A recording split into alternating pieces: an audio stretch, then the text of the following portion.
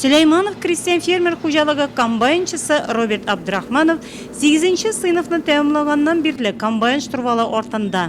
Алдан әтисенә ярдәм итә, 9-нчы сыйныфтан соң үзе мөстәкыйль рәвештә комбайнчы булып эшли башлый. Шуңа да ул техника белән эшләү һәм эш урыннарында куркынычсызлык кагыйдәләрен үтәү белән яхшы таныш. Комбайнны туктатмыйча ремонт эшләрен башкармаска, эш урыннарында ут күз булдырмаска. Бүгенге көнгә 2000 артык тонна суктырып алган ул. Быйылгы сезонга инде без әзерләндек инде. Ремонтладык, яхшы иттереп комбайннарны. Карадык. Ремонтта инде комбайнны яхшы карасаң, эшләргә уңай була инде. Кырда эшләргә җиңел була. Үткән ел мен 15 мең тип куям. Быел инде белмим, 20 булыр дип ышанам. Мөмкинлек бар, икмәк яхшы, ташу яхшы. Хуҗалык кырларында 19 комбайн эшли. Комбайнчыларга махсус эш киемнәре бирелгән, аптечкалар һәм янгын сөндерү җайланмалары, эш кораллары белән тәэмин иткәннәр. Хуҗалыкта язгы кыр эшләре башланыр алдыннан ук механизаторлар белән инструктажлар үткәрелгән.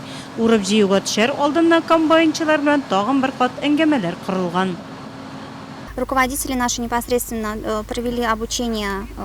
Безнең җитәкчелек хезмәтне саклау буенча барлык белгечләрне укытты, 17 кеше белем алды.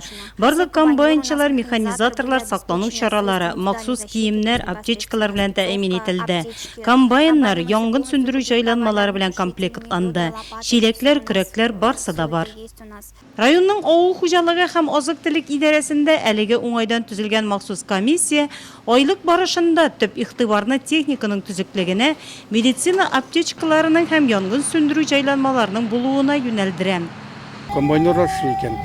Алар не белә, специалистлар белән обеспечен булырга тиешле, инвентарьлар белән обеспечен булырга тиешле, менә чиләге, ломы, лопаты, кирәге, песогы, суы, бөтен нәрсәсе булырга тиешле.